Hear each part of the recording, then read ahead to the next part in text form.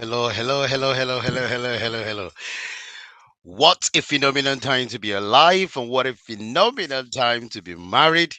What a phenomenal time to be on this life today. I want to say good afternoon, good evening, good morning, wherever you are. Welcome to this live today. I'm excited to be with you guys today. For those on YouTube, on Facebook, there could be some head directions because I'm also going live on Instagram, and I want to say welcome those on Instagram. Thank you so much for joining me today. Okay, and those on YouTube and on Facebook, I'm very, very grateful for joining me today. Thank you so much. Thank you, guys. Thank you so much for being part of this live today. Please let's let others know about this section because it could just help a couple out there. It could just enhance a relationship, transform a marriage, because what we're talking about today is quite critical and it's quite important that we pay attention and we ensure that we are getting the best out of our marriages and out of our relationship, out of our spouses. And my prayer is that as we look at this topic, recognizing and overcoming negative patterns in marriage, it will enhance your relationship, will challenge you to be better, and also it will make you to do things a little bit different as you relate to your spouse on a daily basis. So let others know, share this. Thank you so much for joining me. Those on Instagram, I'm grateful, and those on other social media site. Please, you can share this with your friends, send it to them on WhatsApp, send it to them on whichever means possible, a text. Let us come together and let us just share and let's discuss this important and amazing topic. I believe that what we share tonight can literally turn your relationship around, can literally change the dynamics of your relationship. For those on Instagram, thank you so much for joining me. I'm also on YouTube, I'm also on Facebook, on other social media sites. So I'll be turning my head in both sides. But just know that I'm here. You can ask your questions as we go along. You can engage. You can also emphasize what we are sharing because I strongly believe that what we're sharing tonight has a way to improve our relationships and make things to be better. Okay. So like I talked about before, it's important that we look at this topic, recognizing and overcoming negative patterns in marriage. Now, why are we talking about negative pattern? As a marriage coach and someone that is also married and someone that have observed other couples and have supported other couples, I know that negative patterns is not entirely helping any marriage or relationship. It's literally hurting a lot of relationships. It's ending a lot of relationships. It's affecting how happy, how harmonious, how satisfied, and also how fulfilling that marriage and relationship will be because of the way we handle negative patterns. Now, before I go into the details, just to let you know what we're going to be expecting today, we're going to look at all different types of negative patterns, how we can recognize them by knowing what they are, and also what are you going to do about it? How can you overcome them in your marriage, in your relationship? How can things be different in your marriage and relationship so that your marriage can begin to experience the love, the joy that you anticipated while you were there? A negative pattern does not have any discrimination. It happens to black, white, it happens to all colors, it happens to rich, poor, it happens to those that got married in the church, those that got married outside the church. Negative patterns is part of human behavior and human way of acting. So it is important. Thank you so much for joining, Chini. So it's important we look at this, and I want you to be very sincere with yourself, sincere with your relationship as well. You can send this to your spouses, they're not there with you, but I will encourage them to literally become part of this, because this we open up some things that maybe you guys have not even talked about, or you've not even taken seriously, but you know the impact it's having in your marriage, in your relationship.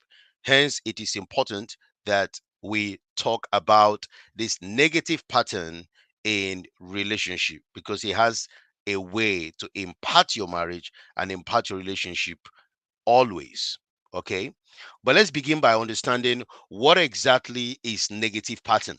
Okay. What exactly is negative pattern? We need to understand what it is. Now, um, pattern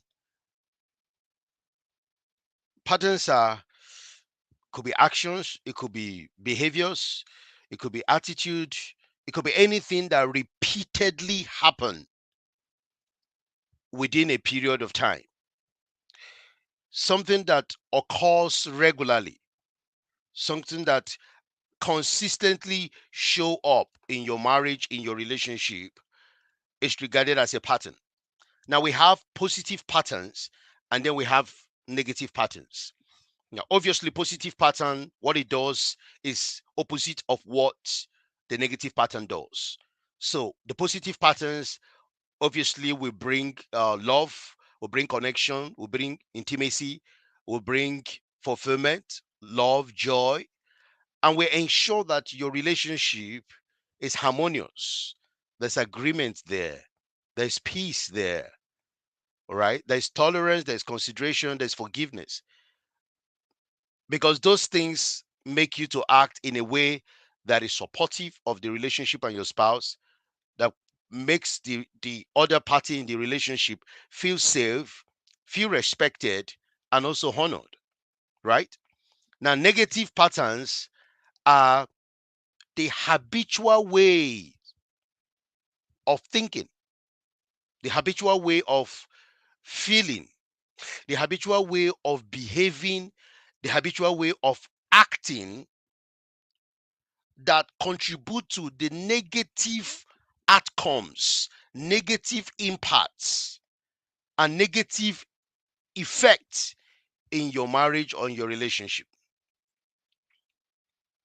Now, when these things are consistently showing up in your marriage and your relationship, they are not making the relationship harmonious, they make it harmful. It affects your emotional connection with your spouse, it affects trust, it affects the overall well-being of that marriage. That is why it's important that anybody looks into their lives and ensure that negative pattern is not part of that relationship. Because if you're not careful, you will see these things destroying the relationship over and over and over and over again. Some people have been married for 1 year, 2 years, 5 years, 10 years, 15, 16 years. And you see this negative pattern showing up sometimes weekly, monthly, yearly, is regularly there. When they started their marriage and relationship, most times the negative patterns are very hidden. So it's just all about, excitement and emotions, and just doing everything to just make sure that your spouse is happy, is okay. After some time, those negative patterns will begin to show. And negative patterns are part of our upbringing, are part of our exposures, are part of the things that we have been through. So they are learned. Some of them are inherent inside of us. Some of them is something that we'll learn. Some of them is from our weaknesses of our personalities and temperament. Some of them is because of all the experiences that we have been through in life. Some of them are coming from emotional perspective where we have not been healed. We are not okay, right? So as a result of that, negative patterns will begin to happen. Now, one thing I've come to realize, that after 4, 5, 6 years thereabout, if the couples are not intentional about negative patterns in their marriage and relationship, you will see how it will start robbing them of peace. It start robbing them of emotional connection, of friendliness. It start robbing them of that that X factor in their marriage, in their relationship. It start robbing them of all the valuable things they anticipated before they came to the relationship. So negative pattern is such a subtle, but eventually it shows up powerfully. And whenever it shows up, it ruins relationships. It makes couples that were friends to become roommates, to become business partners, to become classmates. You don't see that spark. You don't see that enjoyment. The husband want to enjoy the wife, and the wife want to enjoy the husband. It doesn't exist anymore. Why? Because negative pattern has taken over. It's such a terrible thing to live in a marriage where negative pattern consistently happen. And the way you understand these negative patterns is their occurrences. You know, when you're no more speaking, when you're no more having intimacy, when you don't resolve your conflict very easily, okay? And then when things begin to happen just as a result of stress, as a result of misunderstanding, as a result of disagreements, as a result of arguments, when things escalate very quickly, when there is all sorts of emotional outburst, assault, anger, these things are presence of emotional patterns that exist in that marriage, in that relationship. So recognizing it is the first thing that we need to do. You need to identify them, right? When you identify them, it will help you to know how to deal with the issues. When you don't trust your spouse, it's because there's a negative pattern. When you guys are not emotionally connected, there's a negative pattern. When it's lack of trust, there's a negative pattern, right? Okay. When there reoccurring conflict, pestering conflict that rob you of peace and happiness for days, weeks, there's a negative pattern there. And understanding this negative pattern will set you guys on the pedestal of finding solution on what to do. So let's talk about these negative patterns as they exist in marriages and relationships today, because that will help us to know what to do. And please, this section is not about judging anyone, it's not about condemning anyone. This section is not intended to create more problem and trouble in your marriage. But I want to be sensitive here to acknowledge the fact that some of the things I'm going to be saying and sharing from my heart could trigger you. Okay. Some of the things I'm saying could make you really angry and upset, but it's not intended to create that emotion in you. It's just making you to realize what you are going through, acknowledging them, identifying them, and accepting that is there. And then I'm going to show you how you can deal with it going forward. Okay. So I just want to put that disclaimer out there that it is not intentional to cause pain, but it's it's a discussion that can create pain. Okay. It's a discussion that can cause uncomfortable state and emotional instability. I understand that and I recognize the fact. This is why I want you to be very honest with yourself and face your fears so that we can move forward in our marriages, in our relationship. This is very, very important. The number one negative pattern, I'm going to give you a couple of them, all right, as time permits. But the number one negative pattern that is in marriage and relationship is what we call criticism. Criticism, okay? And this involves attacking your partner's character, right? Your partner's personality, rather than addressing the specific behavior or issue at hand. And I'm going to give you an example. Let's say when you keep telling your spouse, you are lazy, you are selfish, you are stupid. Now, you guys are discussing something that has nothing to do with this aspect of them. This is probably some of their weaknesses that might be creating some of the things that you are unhappy with. But when you begin to abuse them as foolish, stupid, big headed, selfish, lazy human being, not good for nothing, when you do that, you are hurting them. And that is a pattern of behavior that is going to erode the other person's sense of self-worth. We are created in the image of God, and everyone created in the image of God has a worth, right? There is a worth in us. So when you constantly bash and smear your spouse privately or publicly, regularly at various intervals, because of disagreement, because of argument, because you're not happy about something, just understand that their self-worth is being chopped away. When somebody loses self-worth, they're almost like a zombie. It destroys their confidence, self-esteem. In fact, they start questioning if they are crazy and if they are mad. They will start believing that they are stupid, they are foolish, they are lazy, they are this, they are that, because of your constant criticism. Instead of focusing on the issue at hand, you are bashing them and really, really humiliating them by attacking their personality, simply because you know them, simply because you understand their weaknesses, and you use it against them when there is misunderstanding, when you guys does not agree, and when there is an issue that is happening. Another negative pattern in a relationship is defensiveness.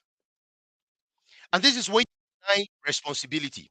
You completely deny responsibility. You don't take responsibility about anything. Everything that happened in your marriage, in your relationship, as a woman, as a man, you don't take responsibility. You always shift it to the other person. Rather than taking ownership of the actions, of the behaviors, of the attitude and mannerism you've just displayed towards your spouse that is making them feel like this, you're always defending yourself. You are always defensive, no matter what it is. And this shows in marriage when you make comment like, it's not my fault, it is always your fault, you are the one who is to be blamed. Do you know that I wouldn't have done this if you have not done this? I wouldn't have gone there if you have not said this to me. I wouldn't have committed this adultery if you have not, if you have given me sex. Like, they always look for ways to ensure that the other person is the one to go through the pain. And defensiveness will definitely not allow any of you to resolve any conflict in your marriage, in your relationship. So I want you to examine and think about, are you the one that never take responsibility about anything? You blame and you focus on your spouse and you defend yourself even when you know clearly you are wrong. And as a result of lack of this defensiveness, you never say sorry. You don't apologize because you feel that it's your spouse's fault always. Then we have another one, number 3, stonewalling. This is where you deliberately withdraw important information, communication. You shut down emotionally because you do not want your spouse to see you as someone that is going to take responsibility about something. So you push them away by not talking. This is when you refuse to engage in conversation. Or even if you try to talk, it's only one word. Just one word answer. Yes, no, stop, I don't want, leave me. And you know you can talk. It's not that you are deaf and dumb. It's not that you don't know what to say, but you deliberately leave an environment where you are supposed to be having conversation. Anytime they bring a conversation, you withdraw to your shelf, you go to your cave, you do not want to speak. Well, sometimes you might say, I don't want to talk now. That is understandable. Maybe if things are escalating, but you never revisit that thing again. You never talk about it again. And you know that this thing is very important to your spouse. They've been mentioning this thing about the kids, about the family, about the way you come back late, you don't call, you don't do this. You just don't want to get it. And anytime they bring it up, you just push them aside. You refuse to talk because you do not want your spouse to get something resolved. It's like a payback. You revenge. You hurt them by not talking. This can be very difficult to deal with anything. And there is no way you have emotional intimacy if you are doing this to your spouse. This section is very practical. I do not want you to just hear this and just put it aside. As I'm speaking, I know that there are certain things that you are doing and you know you need to change. And don't just focus on your spouse now. You be writing list. Oh, that's my husband. Yes, that's my wife. Yes, that's him. Oh, yesterday. Oh, what about you? Remove the log from your eyes before you try to remove the beam in the eye of your husband or your wife. Remove the log from your own eyes. Can you look at yourself first in the mirror and ask yourself, if everybody acted the way you acted, are we going to have great marriages in this world? So don't start shifting everything to your spouse, whether they are there, they are not there. Focus on you so that you can transform you to transform your marriage and relationship. Let's go to number 4, contempt. Oh, this one is really, really awful. Contempt involves expressing disrespect, disdain, and disgust towards your partner. Do you know what? There are times that spouses, they are talking and they're discussing. The way you roll your eyes, it is so rude. You just smear them, like you snub them, like, what is this? Even when you respond in sarcasm, you literally insult your spouse, like before the kids. You insult them before the children. You insult them before your in-laws, your friends. The way you talk about your spouse is such derogatory, mean, belittling way. Like, this is not the woman you married. Like, this is not the man you married. And whenever you do that, you feel so good about yourself. And now you are wondering, why is my marriage the way it is? So when you derogate your spouse, know that you are building a toxic marriage. Your emotional connection, your love, your relationship will erode for sure. And do you know what you're going to have? Especially contempt as a negative pattern. You will get resentment and you will get hostility. You will see the way your spouse will start reacting towards you. You know, as I'm speaking right now, I want you to examine your relationship and your marriage since you got married, or what is happening right now.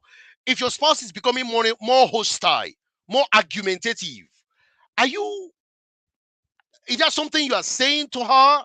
Is that something you're doing to him? Are you tactically bullying them and causing serious pain? Are you making them feel like they are nobody with your eyes, with your facial expression, with your body language? When you make them feel like this, you will get resentment. And please do not expect jolly, jolly marriage. Do not expect nice, amazing, and beautiful home. No, you're not going to get it. Because the other person is just down on the floor and you are marching on top of them because you have the power, you have the oratory ability to make your spouse feel worthless. Do not expect that you will get something back in return. You will get resentment and hostility. Now, let's look at number 5. Oh, this is number 5. I just pray that God is going to help anyone that is in this situation. It's a horrible feeling to be gaslighted.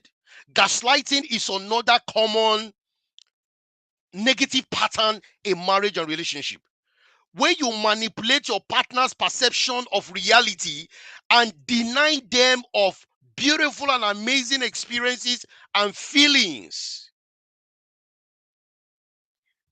When you overreact towards your spouse for what they have done, and you make them begin to question if they are all right. Now, this woman is all right. Honestly, this woman is all right. This man is literally all right. But because of your constant manipulation of whatever the woman says. You are so good in twisting it and then make it to look as if she's foolish. He's nobody, like is empty-headed. When that exists, when that continues to happen, then your relationship might actually be in a serious problem. And it's not a good place to be. You know, we are all given the ability to perceive things. We're given the ability to think, to reflect, to meditate, to be creative. And we are given the ability to know what to say as an adult. Now, even if you think you are so reasonable, you are so academic, you are so brilliant, you're so intelligent, and this woman in your life and this man in your life, you just make their life like this, so tiny and insignificant because of whatever you think you are, that your spouse is now confused. Like they are confused about them. They can't even understand them. They just feel like they are crazy. And you know that it is because of your ability to confuse your spouse. When they give suggestion, you ensure that the suggestion is regarded as useless, stupid, and something that nobody should even care about. When they want to express themselves, their feeling, how they're feeling about this decision you're about to make, how they're feeling about the children, how they're feeling about things at home, how they're feeling about the way money is being spent. They are trying to let you know. You just shut them down and use the little they have said, twist it, and put it back to them, and they are now like they are sorry. They are saying they are sorry, and they're even begging you to forgive them for even talking. That is such a mess. That is such a wicked thing to do to your own spouse that you married in the presence of other people, that you make your spouse feel useless and worthless. It is absolutely unacceptable. Now, another negative pattern is this: neglect. Neglect. This is when you do not prioritize your marriage. You do not prioritize your relationship. You deliberately neglect your spouse need and desire for support. Their needs, you know them, but you don't want to provide it. You know how emotionally things are with them. You know, but you deliberately robbing it from them. You chose not to give it to them because you want to pay them back. You want to revenge. You want to control them. You want to subdue them, suppress them. You want them to be under you. So you try as much as you can not to make them rise. For instance, your wife is rising in her career, in her job, in her business. She's making more money than you as a man. You feel threatened. You feel angry. You just destroy the things. You delete stuff. You just get angry. But that's insecurity. It's got nothing to do with your wife. You're not all right. You need help. Serious therapy. Or you that knows that your husband need this now. You have done A, B, and C, and now your husband need this, and you tactically know how to manipulate things so that what they desire, which is very important to them, and you know it's a need to them. It's not a want. It's not extravagant. It's not something that you do not understand, but you deliberately neglect that. Or you're in your marriage, in your relationship, you have a job, and your wife is talking to you about, you're always coming back late, you're not always eating with her, you're not always with her. She's always explaining to you, and this woman, her love language is quality time. She wants to talk to you. You just don't want to give her what she wants. You deliberately keep ignoring her feelings, her needs, her need of certain things in your relationship, in your household, and you're wondering, my wife is not listening. My wife is stubborn. My wife is not submitting. And you're just bashing here and there, getting angry, telling your friends and calling your family members and reporting her to your father and your mother. Really? Like, seriously? I don't understand. This is your home. This is your family. And a woman is trying to express how she's feeling about your job. Instead of you to try to talk to her calmly and find a way to reassure her and also see whatever you can do to ensure. She's not saying you end your job. She's not saying this, but are you taking overtime? You're supposed to be back by 5, but you're always back by 11 p.m. for the past 7 years, 4 years, past 7 weeks. And she's worried. And you're like, why are you worried? Please get over with it. Stop being petty. Stop being this. No, that is just not nice. That is not fair. Or it's your husband as well that you're ignoring his emotional need, his support. You deliberately manipulate things. This can lead to emotional distance and feeling of loneliness in that marriage, in that relationship. Do you know how many people that are in their marriage that is so lonely, but they are married, they have husband, they have wife, but they are so lonely as hell? In fact, they are only connected to the marriage because of the children, because of the ring they have in their hand, because of just Mrs. The A, Mr. B. There is nothing in the marriage, in the relationship, that is exciting. There is nothing they can hold on to. Even when they ask them, how is your husband? Yeah, it's fine. It's not fine. How is your wife? It's fine. It's not fine. It's not fine. Because they know they are dying. And it's so sad to see relationship and marriage like that when we neglect each other. What about another negative pattern? Is this passive aggressiveness? You know, this one is just so bad, so terrible as well, whereby you just express hostility. There is this, there's just this dislike about your marriage and relationship, that you indirectly just don't want to get involved on things that is important in the relationship. Okay? You just don't want to get involved in anything. And you know that you're supposed to comment on something, you're supposed to be involved in something, but you just pretend as if you don't know. You just pretend as if you're not aware. But the man have reminded you, you have talked about this before over and over again, but because you just don't care about what is happening in the marriage and relationship, you are just passive about the whole thing.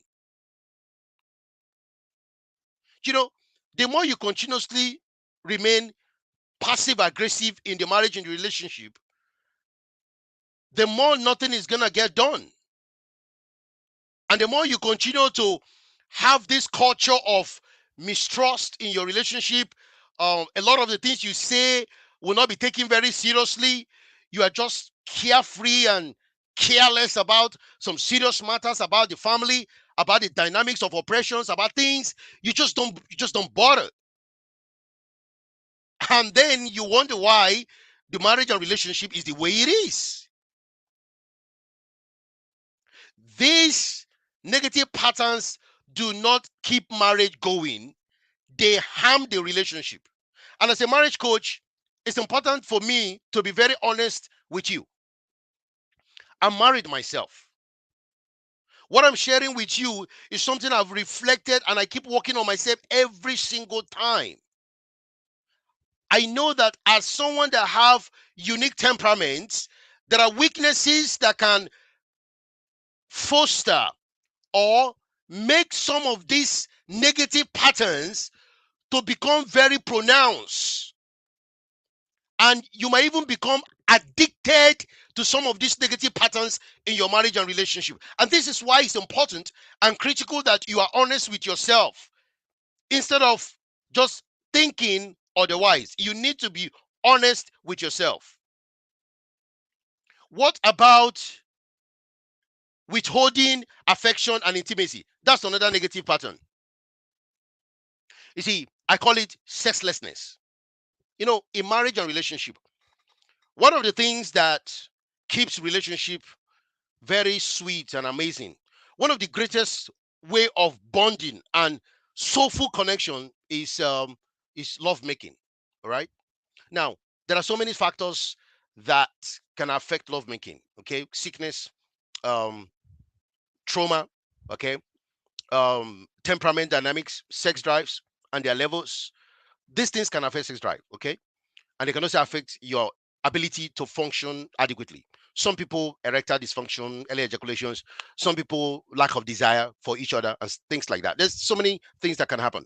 Okay, but let me tell you something. Regardless of whatever issues you might be having in your relationship, one way that you need to do whatever you can to enjoy lovemaking, regardless of the challenges that you guys have. Okay, as long as you're alive, there are different forms of sexual activities that you can involve in, even though you can't even do anything down there, right? There's so many things you can do, right? But it has to be desired. It has to be something that you have to work on yourself so that your marriage and relationship, that aspect is not completely gone. Now, because of negative patterns in a lot of relationships and marriages, this withholding affection and intimacy is completely gone. Lovemaking is finished. In fact, some spouse say, I will never be involved in lovemaking anymore. I've made up my mind. I can't deal with this anymore. In fact, I'm tired. Forget it. I don't want to do lovemaking anymore. Hey, excuse me. It's because there is problem. There's a negative pattern in that marriage. That is why he's talking like this. That's why she's talking like this. If everything was okay, you wouldn't talk like this. That's the fact. That's the truth. God created us as sexual beings. If animals can be having sex, intimacy, why not us? For goodness sake, you're married. You have a wife, you have a husband. Who say you should not have sex? Who say you should not enjoy each other? It's a beautiful thing. It's something God has given. Now, when you withhold affection, denying physical and emotional connection with your partner, that is a negative pattern. When something starts happening in the marriage in a relationship whereby you deny your spouse of sexual intercourse, it's because there is pre-existing negative pattern that have not been resolved yet. And those things are killing the marriage and killing the relationship. And until you understand that, you need to resolve those things. You might not even have this. This can become non-existence. When you deliberately fake headache, you fake headache. I have headache. Okay, somebody say, why will you not withhold affection when the spouse is constantly cheating? Now you see what I said. There's a pre-existing negative pattern already, right? Cheating is a negative pattern. I would have come to that later, right? So if that exists, it can affect giving of yourselves. Do you see what I mean? So there are so many things that can impact our ability to freely offer ourselves. That is the best gift you can give to one another. But when you use it as a weapon deliberately, instead of resolving an issue, not like deal breaker kind of issues, but I'm talking about some flimsy issues, and you fake headache, you fake you are tired, you fake that somebody died somewhere, you lie and manipulate, you know, or you deliberately say you are praying, you don't want to be involved in this, use all kind of excuses. But deep down in your heart, you know that you are refusing to express love and affection towards your partner. And the more you continue to withhold that, that could lead to some other emotional imbalance, emotional distancing, feeling of rejection and loneliness, and this can literally tear the relationship apart, literally affect the relationship hugely. So there are things that could happen that this one can be affected. Yes, I agree with that. But doesn't mean that we cannot work things through. We cannot look for ways to balance things out and still come back to this beautiful thing that the Lord gave. Sexual intimacy is beautiful. It's created by God Himself. And whatever is making us not to get involved in it, let's look at it, because I don't think that's entirely God's plan. All right? Let's work on it. Then we have another negative pattern. Number 9, blame game. Now, this is where one partner blames another partner of every problem in the marriage, and sometimes in their own life as well. They don't take responsibility. What they always say to their partner is that I am unhappy because of you. I lost my job because of you. The children are like this because of you. Everything that happened in the marriage and relationship is their partner's fault. And they will continue to blame their partner for everything that happened in the relationship. But is that entirely true? I don't believe that, right? They never acknowledge any need for responsibility or ownership, their choices, whatever they do, they blame their spouse for every single thing. That will damage trust. That will damage connection. That will damage happiness and relationship in your marriage and relationship.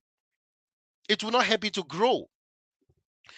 I remember one of the case I handled, and this lady reached out to me because the husband has been blaming her for everything, like literally everything that happened in the marriage. And it's been very painful, really, really painful. The case is just so awful. And the man has never taken responsibility about anything. He's the blamer. And the blamee, which is the wife, has been suffering hugely. So when I had a call with this guy, and I wanted to just find out what is going on here. This lady is suffering. She's in pain. She's pregnant. And she's going through this in a country like this, in the UK. Why is this woman going so much pain like this? What's going on, sir? And he said all sorts. Oh, since I got married to this woman, my life is ruined. My career is ruined. I am destroyed. She's a witch. Blah, blah, blah, blah, blah, blah, blah, blah, blah, blah, blah, blah. I just listen. Okay. So and I asked him, have you ever done anything wrong in this marriage and relationship? He said, no, that the wife is to take the full blame. I say, really? Wow. So I asked him, are you a God? Are you God? You're God. He said, no, he's not God, but he's an elder in the church, so he's very close to God. I said, oh, really? You're elder in the church? Oh, that's even amazing. Okay. Guys, you won't believe this. By the time I spoke to this man for 1 hour, just questioning, digging deep, finding facts, I was able to discover 32 things. 32 things wrong in this man's life. Oh, horrible habits, horrible behavior, bad attitude, very rude, like literal wickedness of different levels. So I now ask him, sir, I've just identified 32 things that is wrong in your life. In speaking to you for 1 hour, if I go more than 1 hour, I could discover another 32. So I had to tell him that, sir, with all respect, I almost wanted to say that you are relative to the devil.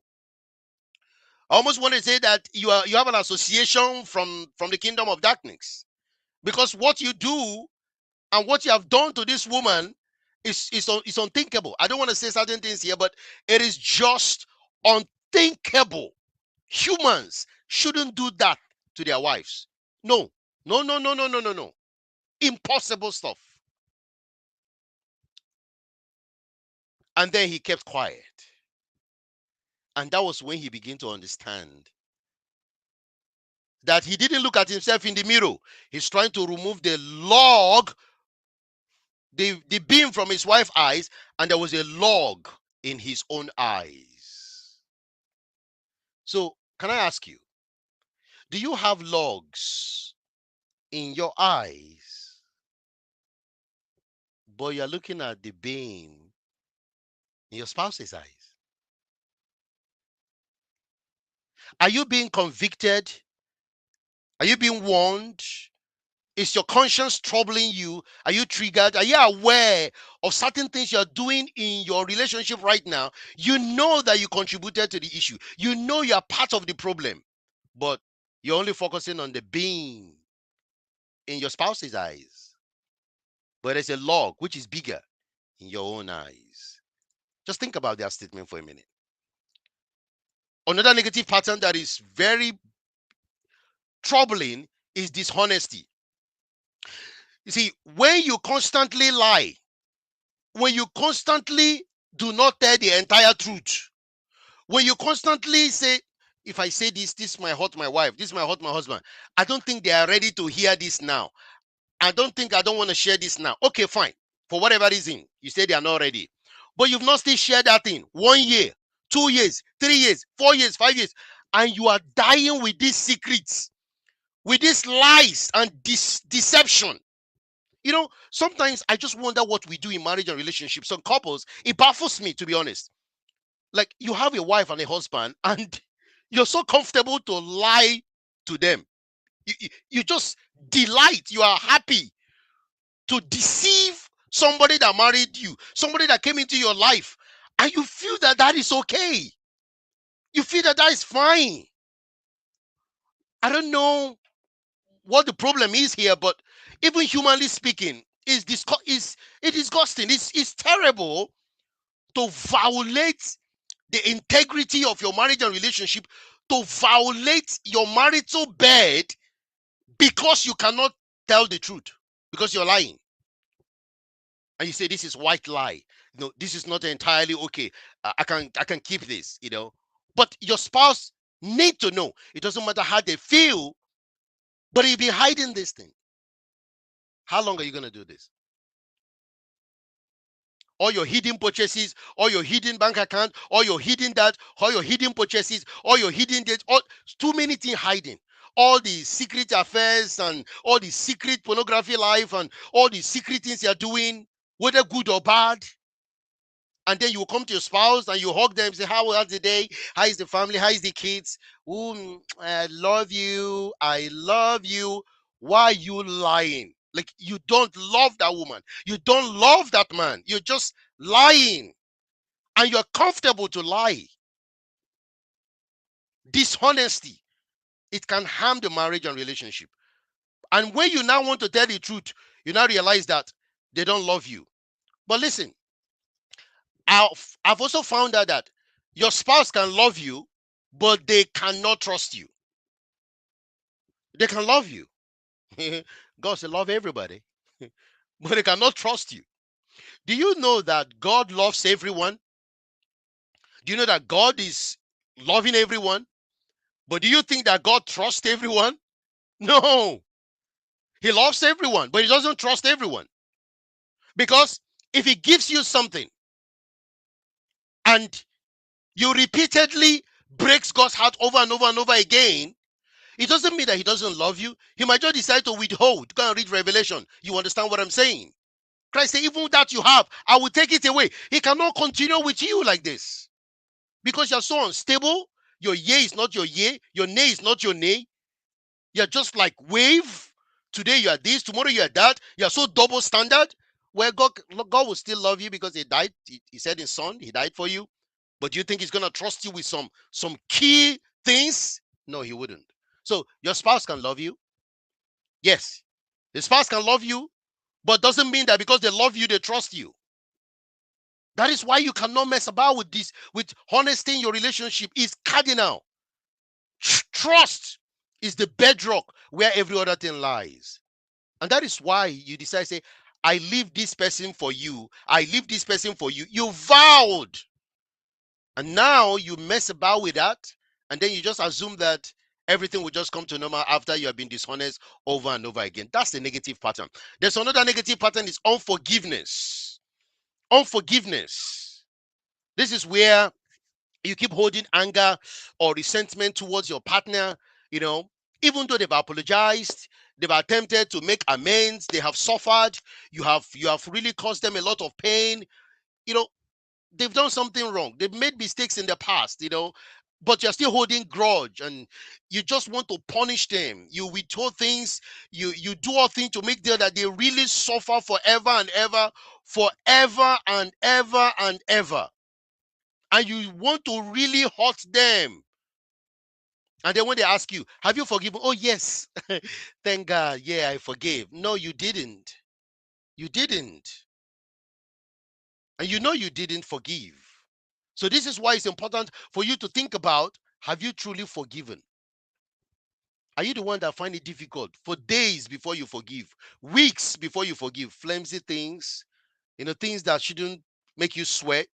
But unforgiveness is just one of the things that you hold so dear in your marriage and relationship over and over and over again. That's a negative pattern. And the other one is yelling. Yelling involves raising your voice and using aggressive language and to communicate to your partner, right? during time of argument or everyday conversation, you just say some harsh words, like words that can really tear them down, that doesn't build them up. Because you're so angry and so upset, you find it difficult to discuss things calmly. You find it difficult to, you know, be surreal to have a conversation. Because you know that when you shout, you are in control. When you shout, you dominate. Sometimes it's so narcissistic the way you yell, because you just destabilize your spouse's mental state and destabilize their ability to convey, vital information to you, but you don't want to hear. Because when you shout and scream, they are scared, they're afraid, they are fidgeting, and your shouting and your words and your actions just make your spouse feel like nobody. And then you just feel that you're okay with it. And then this one is so profound again. Power struggle. Power struggle. Now, this is where spouses keep competing for control, competing for dominance in the marriage, in the relationship. Right? This is where working in a team, no. Our, no. Us, no. It's about me, I, my money, my house, my father, my car, my bank account, my savings, my children, my holiday, my. Just so full of pride, power, power tussle. They are always battling to who is going to be in control in the marriage and relationship. They will not compromise for anybody. They will insist on having their way, regardless of how their way is causing pain and trouble and issue in the marriage. And by doing that, they hurt their husband's feeling, they hurt their wife's feeling, because they feel like this power struggle here, you can't win me. I am this, I am that.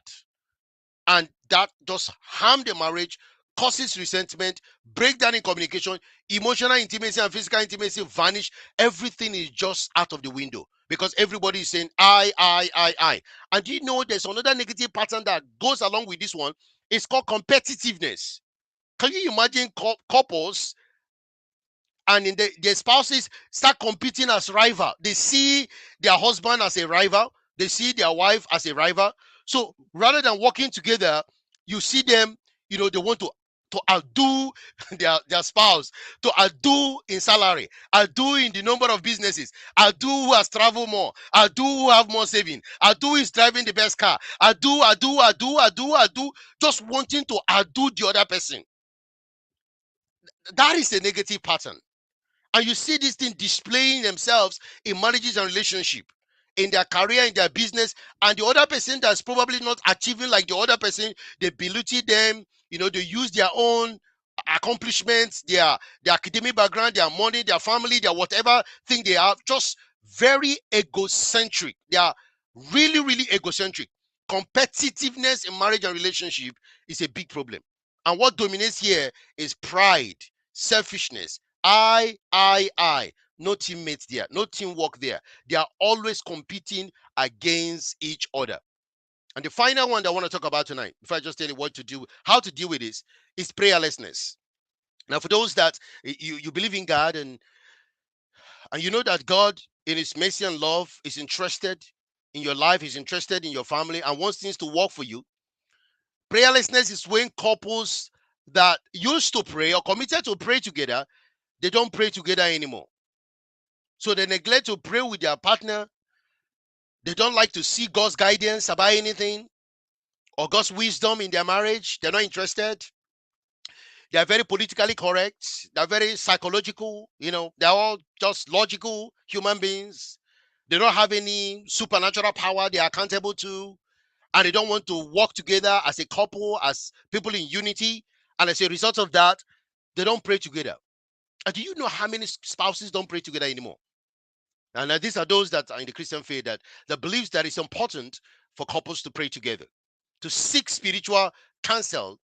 And no matter what challenges they're going through, there's this super intelligent designer God, the power and the presence of God can still work in your marriage and relationship. So prayerlessness dominates. Some don't even do morning devotion anymore.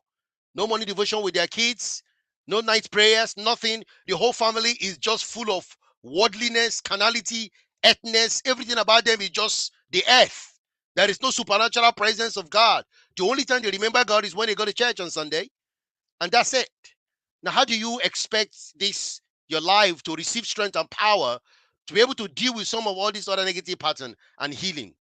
So recognizing these negative patterns are very, very, very important. But that's not the only place it stops. The question is, what are you going to do about this? How are you going to solve this problem? How are you going to deal with the issue in your marriage and relationship? Number one, identify the negative pattern.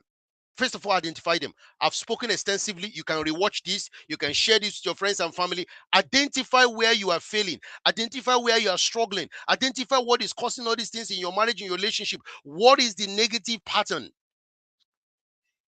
What is the issue in your marriage and relationship? Assess it. Look at your attitude, your mannerism, your behavior, your character, your weaknesses, your past. Look into yourself and find where you are. Identify the negative pattern that is the biggest issue in your relationship right now. The next thing to number two is accept it. Don't deny it. Don't trivialize it. Don't cover it up. Don't say, well, it doesn't matter.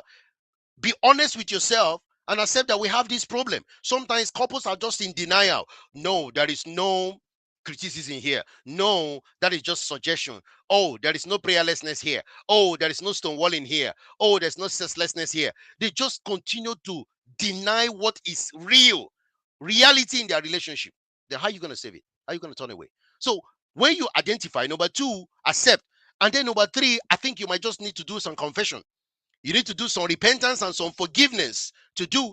You just need to get yourself into that state of mind that you just accept some of the challenges that you guys are going through. And if you have hurt each other, please just be humble to apologize.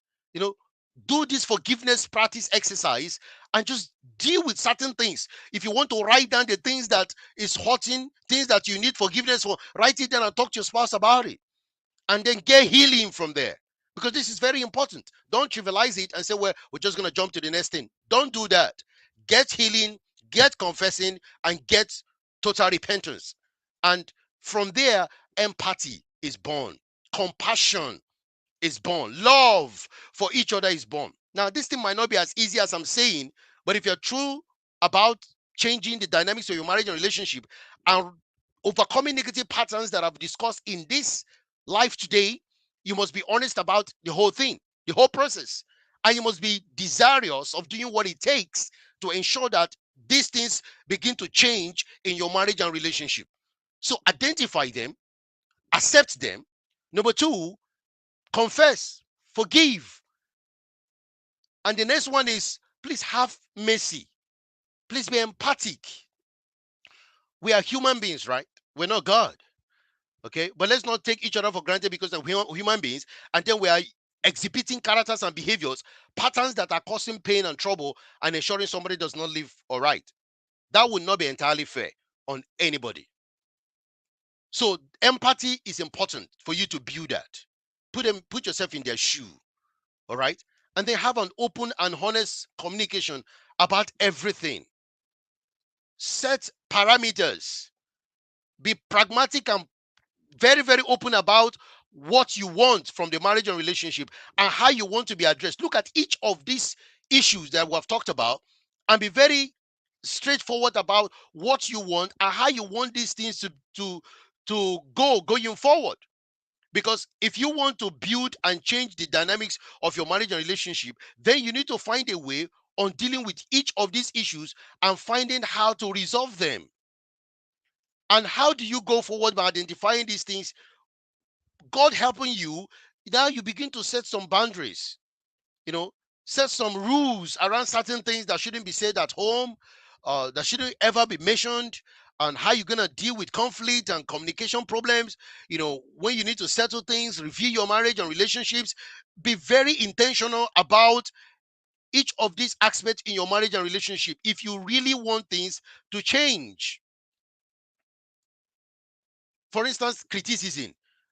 Tell your partner that when they do this or that, it makes you feel A, B, and C. And let your partner express their needs and concern constructively towards you. Respect each other.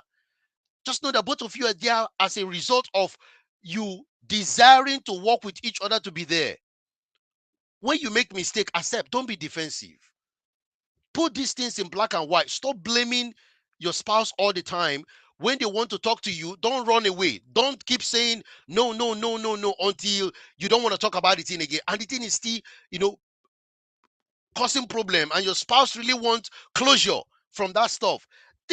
Some of these things are common sense. All right. Some of these things are things anybody can do and practice in their marriage and relationship. If you're someone that is gaslighting your spouse, making them question their sanity, their behavior, you might want to seek help, professional help, or whatever it is. But be very honest. Don't talk to them like they're nobody, that like they're empty-headed, they're stupid, they're foolish. Don't do that. It's not fair on them. It's not good. Don't neglect their needs. Support them where you can, right? And if there is an issue in the relationship, come clean. Stop being dishonest. Just tell your spouse what is going on and tell them to pray for you, that you need help. If you want to repent and go back to God and pray, whatever it is, there's no point continuously remaining in dishonesty and your relationship is battered and shattered. I don't think that is fair. If they've done something to you, they've come, they've confessed, they've turned away, forgive them. Even if they haven't agreed, still forgive them. It's for your own good. If you don't forgive them, you'll not be forgiven by your Heavenly Father anyway. Prioritize your relationship. Find time to pray together with your family, with your wife, with your husband. It's important to seek spiritual and, you know, heavenly help for your marriage and relationship to continue to work. If you're no longer praying together, why? What happened to you guys? Why did you guys stop praying together? And you know how important and how relevant prayer is in relationship. You only pray once a week. You only pray on Sunday. Sometimes you don't even pray for the whole week. I'm going to work. I've traveled to Japan. I've gone to America. I'm going to Las Vegas. I'm traveling to China. I'm a businesswoman. I'm a businessman. What are you business about? What are you running helter skelter for? And you're acknowledging other things, recognizing so-called things that is going to perish in this world, that have no meaning in eternity. And the man and woman that God gave to you, you're put them by the side, and you're no longer interested about your children spiritual state, or you're interested in give them iPad and let them keep playing game, call to duty, killing people, fighting, shooting. That is all you are. Give them their children. It doesn't matter. It's acting, and the devil is wrecking their lives and making sure the kid doesn't know who God is. And you are excited that you have a family. You're going to give account of your home. You're going to give account of your home to God tomorrow, because he gave you this family and gave you these children, gave you your wife, gave you your husband, and you're no longer interested in them. All you are interested is making money. All you're interested is getting more certificates. All you're interested, I want to grab this. I want to get this. I want to be known there. I want to be popular there. I want to become this. You're just all over the place. And God is just watching you from heaven. And he said, where is your priority really? What is the most important thing that I gave to you? Oh, you think is this? You think is this? And you no longer pray? You no longer seek me? You don't read the Bible anymore? You don't call on my name anymore? All you're interested in now is just what you can get in this world that is going to perish anyway? Where are you going to spend eternity? Who is controlling your family? Is it the world, the devil, witchcraft, demons, media, video games? Is that what is controlling your family? And God is no longer there. The Holy Spirit is no longer there. Even though you claim you go to church and you speak in tongues, but your family, there is no God there, is so godless. There's no presence of Christ there. And you are happy and you're excited. And you think you've achieved great things in life without Jesus. Wow. For me, that's the greatest failure of life. To have a marriage and there's no Christ there. But there's every other thing. I don't want that kind of marriage. No, I don't want. Others can have it. It's their choice. But I don't want that kind of marriage. So, whatever it is, don't compete with each other. Work together as a partner. Agree. The Bible says, if two of us shall agree of touching anything we shall ask of the Lord, it shall be done unto us. There is so much power. Go and look Ecclesiastes and see the power of two. Two is better than one. I'm not saying that single life is bad, but for you to come together, there's so much power in two. But why will you be two in your marriage and it's like you are all single? There is no spiritual flavor there, no connection. There's no supernatural manifestation. There's no validity of the power of Christ in your family. And you just are okay with that.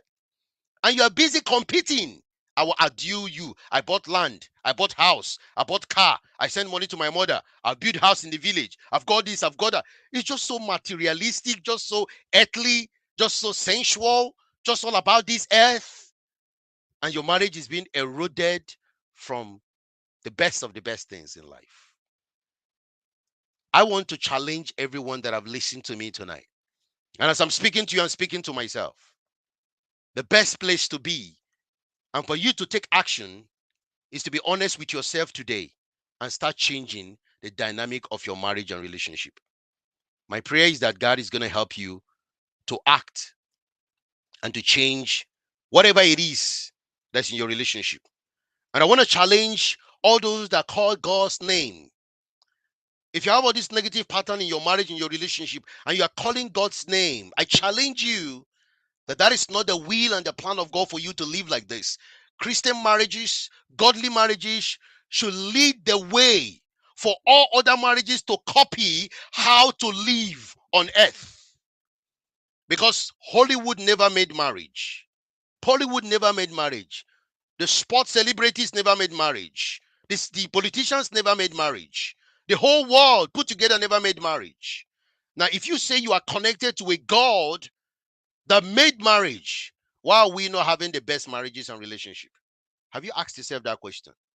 Are you standing in front of God? Are you hindering God to walk through you to have the greatest marriage in this life? I challenge you today. Take God seriously in your relationship and act, and you will see the transformation in your marriage and relationship. I want to say massive thank you again for all those that have joined. Thank you, all the Instagram. Oh, there's so many of us here. Thank you very much. And those that also joined on YouTube and Facebook, thank you for staying on and also for connecting with me. And my prayer is that God is going to help you and God is going to strengthen you guys to continue to build your marriage, build your relationship, and to ensure that you grow every day. I want to also say that we also have an opportunity. Thank you so much. Thank you, team. Yeah, to support marriages and relationship. This is part of our marriage satisfaction mastermind group. If you want to be part of that, you can DM us. And I think some of my peers are here. They have sent the links either on Instagram, on Facebook, on our bio as well. And you can equal DM us. We'll find a way to support you. And if some of the things we have shared here and you find it difficult and challenging to deal with by yourselves, with your spouse, you can also reach out to us. We have incredible, amazing coaches as well that can support you or myself or my team to do everything you can to have world-class, thriving, God, Christ-centered field marriages and enjoying yourselves, before you get to heaven. There's no point to suffer here. There's no point to endure here. There's no point to be crying and weeping every day in something that God said is honorable, is blessed, is beautiful. And I'm hoping that your marriage can change dynamically as you do things differently.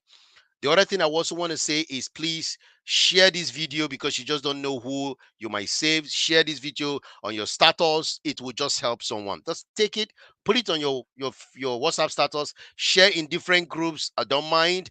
And it's just gonna change some relationship. The more you bless people, the more you change their lives, the better it is for this world and the better it is for the body of Christ. So don't just always have it for yourself. I'm giving you the opportunity to do this. Follow us, share this, rewatch this, and let this thing just go out there and challenge other marriages and relationship, and those that are yet to get into the relationship, that their marriages can actually work and change and become the best that God can ever offer by seeing them enjoy their marriage and relationship. I want to say thank you once again. Thank you so much. Can't call everybody here, but I want to say everyone that have joined, I'm really grateful. God bless you. And I'm hoping that your relationship will continue to grow and be better. By God's grace, negative pattern will become non-existence in our marriages and relationships, and we're going to thrive in positive patterns, and then we can build our relationship intentionally so that we can be fulfilled, we can be satisfied, and we can be long lasting in our marriage and relationship. God bless you and enjoy the rest of your day. I will speak to you guys soon. Remain blessed. Thank you.